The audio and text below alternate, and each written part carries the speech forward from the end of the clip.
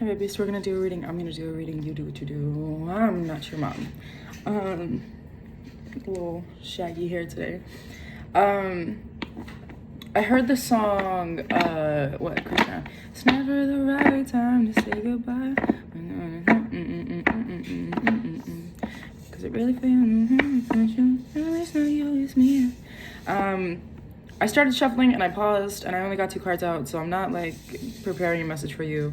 I just stopped the recording, forgetting that I couldn't just continue it. I'm new to this whole not recording online and just recording with my phone, like recording on TikTok or Instagram, like recording with my phone. So I don't realize that I can't pause it and I can just stop it. And I'm not into editing and all that stupid shit. So anywho, we had the 8 of Wands and the Hermit coming out with the Queen of Swords at the bottom of the deck. The Queen of Swords is this precise clarity in terms of obviously the feminine energy, but in terms of like, I know what I am and am not willing to create. I know, hold on now. Ugh. Let me get my leg up here. I'm like right up against a wall, so there's no place to put my feet. So I can either straddle the chair or like put my feet in. And I was straddling, but I wasn't happy with that. So, so yeah, you incoming fast, and I don't want to say it like this, but a breakup. Like that's, that's what's coming in, is like somebody saying, you know, like at the end of the day, like, the 8 of Wands is fast forward, fast moving action. It's passionate, like a passionate action. A lot of the times when it comes to like receiving things, it's like a passionate new beginning. But in this sense, it is a new beginning. It's just in the form of an ending. So I won't be surprised if we get the Death card coming out here as well. But we got the 8 of Wands and the Hermit. So the Hermit obviously is like solitude. So incoming solitude with somebody making the decision to say, you wanna know what? I know what I wanna create in my life and it's not you.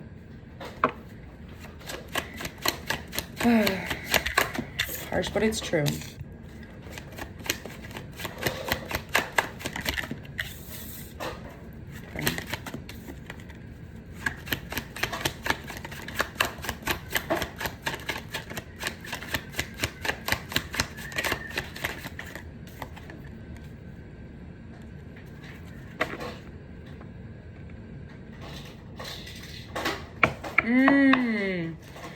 Interesting.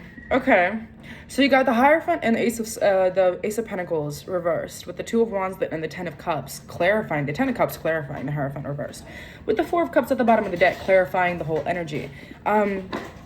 This is really interesting. This is somebody that is willingly walking away from you, knowing that you're everything that they want because you're not acting the way that you need to act. The way that it's being shown is this kind of maturity, where it's like, yes, I can accept you as you are, and there is a love in that, but also recognizing with the Hierophant reverse that would be settling. And like, I'm not gonna settle. This idea that like you're not offering me, and the Ace of Pentacles, while it's reversed, it's giving like giving energy. So it's like you're not giving me the beginning, the you know, the offer that I deserve, and you can, right? Like the Hierophant reverse was clarified by the 10 of Cups, which is like emotional fulfillment in all aspects, right? It's kind of this idea of like, I know that like you are what I think you are, right? But with the 2 of Wands here, I'm seeing this kind of balance between maturity. You can see, I'm seeing very specifically the facial hair in terms of the key here and the wand here. So the wand is passionate energy, right? And what I'm seeing is that like, you know, this solitude is also coming with abstinence, is coming with actually celibacy, where it's like I'm gonna lock it up. Like this maturity within me is gonna lock it up because I can choose to be passionate with you, and you know, whatever that means.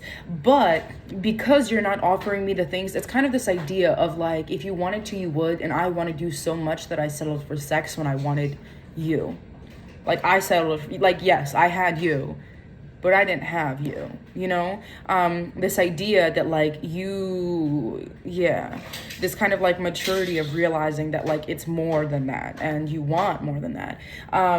And then clarifying that whole idea of like, I'm not willing to let you go, or you're not willing to let me go, or this idea of like mine, mine, mine, I'm only focusing on what I have around me, and breaking free of that. I felt like a weight off my chest, like breaking free of that, to be able to say, you want to know what, like, I know that you're who I want, and I'm not walking away to go pick somebody else. I'm walking away so that you can have the space to figure out what you need to figure out, because I'm coming back, and I'm coming back, and maybe that's where the Eight of Wands comes in. I'm coming back like intensely, because I know that you're my Ten of Cups, you're my emotional fulfillment, and I always get what I want kind of energy. So I'm not gonna start settling now. Right, with the Judgment and the Star coming out reversed at the bottom of the deck, the Judgment, and then the Star coming out reversed. Like, I know what I want, and I'm not going to settle. I'd rather yearn for you and let distance make the heart grow fonder than to sit there and make myself, you know, to get what I want in like a settlement. You know, like, this is very much like, I don't want a settlement offer. I need to win this case. You know, like, because this is my life. You know, like, this is, yeah.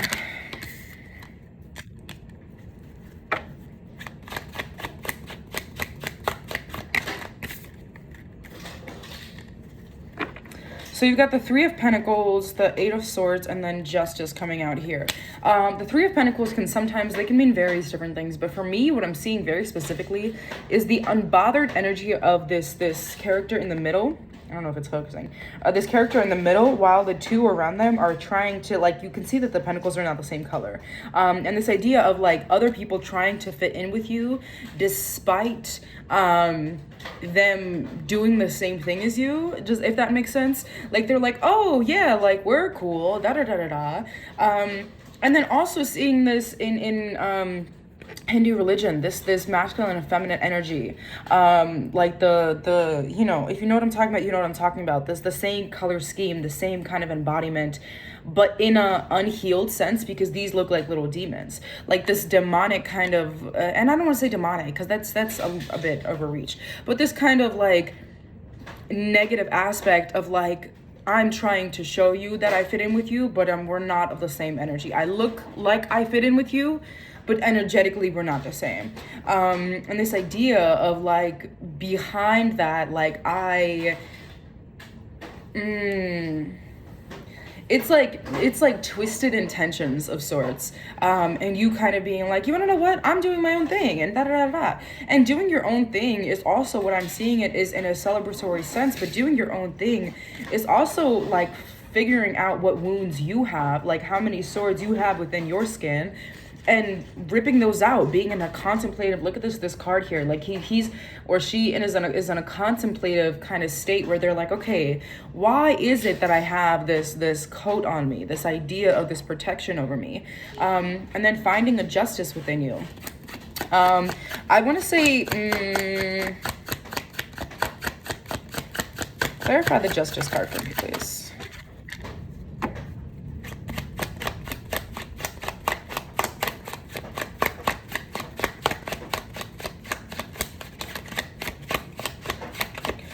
Okay, so the Justice was clarified by the Six of Cups and then the Four of Cups. This also, if you're the person that this person is walking away from, if you're the one receiving this breakup, this person also has to heal something within themselves to be able to receive you clearly. So they're very balanced in their decision to walk away from you. This idea that Justice was clarified by the Four and Six of Cups, a past karma that has to be healed within the solitude of recognizing how they treated other people in the past. This is something that they very much like, and I'm seeing with the Six of Cups, the crow in the background, like the death of the past, like this idea of maybe they used to cut people off, or maybe, you know, like they used to treat others how you are treating them, or whatever's going on. Like there has to be an alignment with why this energy, because energy doesn't lie, you know, like you align with it for a reason. And this idea that like, there has to be some kind of accountability when it comes to your own healing, that you also might have done something like this to somebody else that made them feel like, damn, like they value me, but only for da-da-da-da, or whatever it is. Like this idea that, you know, like this is karmic retribution coming in the form of healing, of shadow work, and whatever's going on here. I'm gonna put these cards away. I'm gonna get the other deck out for a second. Let me just, because I know I can't pause it, and I tried to do that before. Also, look at the sun. Look at her. Oh, I got acne on my face. Okay. We're gonna do the Wild Mystic. This is an oracle deck. I do read from the book with this one just because it is an oracle deck and there is specific messages that are meant to be read from the book. And I'll kind of open my intuition to anything that comes out just from a visual representation. These are representations of animals. So this is kind of, if you're looking for like a spirit animal or an animal to guide you through this time, whether you're the person that's walking away or the person that's receiving this solitude from somebody else, we'll let this come through as it does. All right.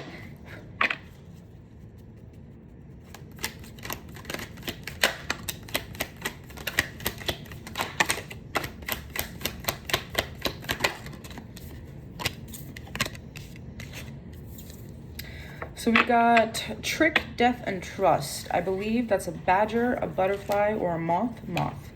And then a horse. So let's see. A raccoon dog. My bad. It's not a badger. It's a raccoon dog. This card represents illusion and daydream. The raccoon dog card warns you to look before you leap, but also reassures you that the leap itself is part of the fun. It's a card of seeing opportunity in chaos and confusion, creative problem solving, and learning on the job. While similar to the raccoon or badger, in Japanese, the Japanese raccoon dog, or tanuki, correct me if I said that wrong, is believed to be unrelated to either. In Japanese folklore, the tanuki has a rich cultural significance and background.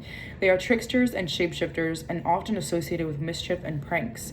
The raccoon dog urges you not to take things too seriously, and it encourages you to be curious, generous, and cheerful. The raccoon dog may portend success after taking a risk, or encourage you to take the risk you have been considering. Yet, it is also a reminder that success is not guaranteed and that we can learn from our mistakes as well as from the experience of the journey we took. Clarifying exactly what I just said. So this is earth element energy, encouraging the mind to think outside the box, prosperity in business, encouraging generosity and cheerfulness, and protection from deceit. So yeah. Let's go into the next one, because I feel like I can elaborate on that, but I'm not gonna. I feel like that kind of speaks for itself. So let's. The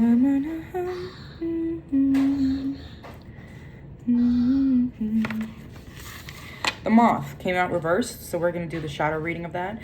The word death may first scare you. Or cause discomfort, but in the natural world, death is an essential part of rebirth, new growth, and sustaining life. Exactly what we were just saying in the ending. Like it is an ending that they're offering you. While you may choose to view this card as a representation of physical death, understanding that it also signifies symbolic death. This card may mean the end of a journey, the end of a relationship, or the end of an attachment. It may also represent the end of a path and a movement, the end of one path and movement onto the next. The shadow reading is the changes on the way, whether we like it or not. Perhaps we are not prepared. Looking forward to the future can be scary and unnerving, especially when we're unsure of the route we must take. The moth may fly too close to a flame and burn. A life-changing event may be on its way. I'm also getting this idea, my ring finger is itching, this idea that if you receive this ending of sorts, with the trick card, and that's kind of like where I was like, I want to elaborate. Don't think that you have to now, retaliate. This is not something that you have to retaliate with. This is something that again, may fly too close to the flame and burn. This idea that like this pain might feel passionate, but don't think that you have to act on it, right? This is the death card. The moth is of air and spirit energy. The Samhain ritual, which is Halloween, funeral blessings, ancestor work, speaking to those beyond the veil, blessing a new beginning after a big life change, and dealing with grief. Then we have trust, which is the horse.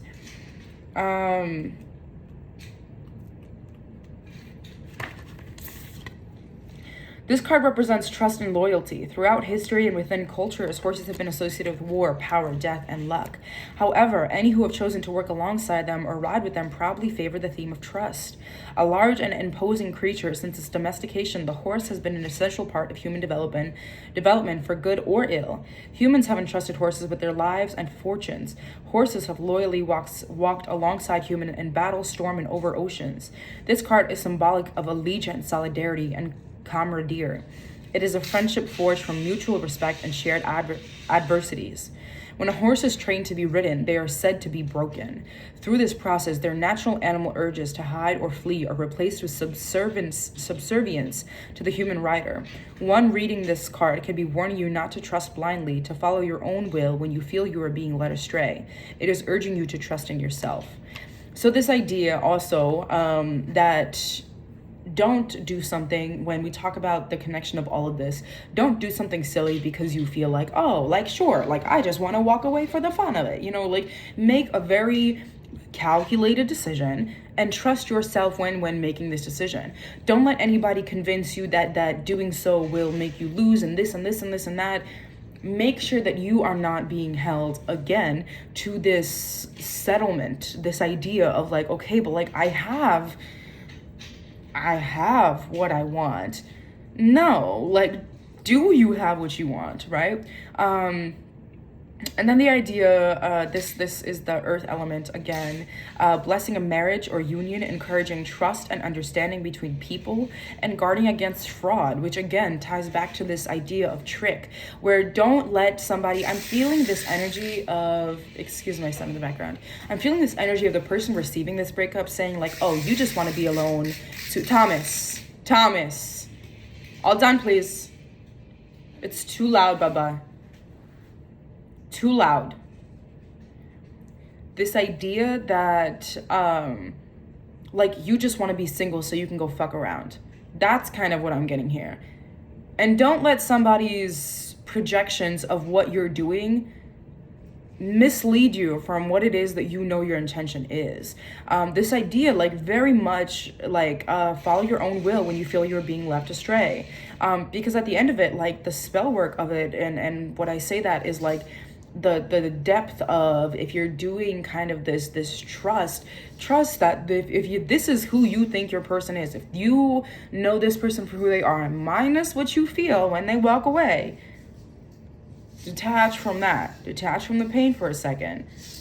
This trust of saying, you wanna know what, you're walking away and it feels painful, but I know, again, honoring grief, the trick, the death, honoring the grief. I know, I trust you, I trust myself, I trust what I feel in regards to you, I trust who you are, and I trust that when you tell me something about how you feel about me, that you're telling me the truth. I trust all of these things, right? And this is a lot of these are earth and air energy. So it's very much like do, you know, this idea, but like both of the trick and trust are like grounded energy. This idea that like, okay, like if I feel kind of, a death was like a spirit, earth and spirit, or air and spirit. This idea that I can be grounded in what I know about you and still honor the openness of what could possibly be, you know, like this idea that like, okay, like I have to be myself for me and you have to be yourself for you. And if that so happens to, again, if it is looking for something that like this person sees you as their 10 of cups, which is ultimate fulfillment, right? So like blessing a union, blessing a marriage, you know, if that's what you're looking for, that's that last card with trust and the horse is telling you that you will get that if you follow through and not follow through on the separation, follow through on the healing that comes with it, follow through on the grief, and then follow through on the trust on both ends, that you guys are, you know, where you need to be and who you need to be, to continue, you know, building your relationship, even if it is in separation, which can kind of be contradicting, that like, why do you have to leave me to love me? But sometimes it's not even, and I'm kind of like receiving this idea that it's not like it's not personal. You know, like it's very personal. It's so personal that it's actually not, that it's almost being guided by, you know, by divine. But there was also you know, like ancestral veneration, kind of this idea that like your ancestors are seeing that maybe you're not ready for this, that there's a sense of maturity, that this and that, like that you need your solitude to be able to realize how much, you know, like distance makes the heart grow fonder, or whatever it is that's going on. But all of these elements are very interesting in terms of this reading. So take it as it resonates or don't. I'm not your mom, but thanks for coming to my TED Talk.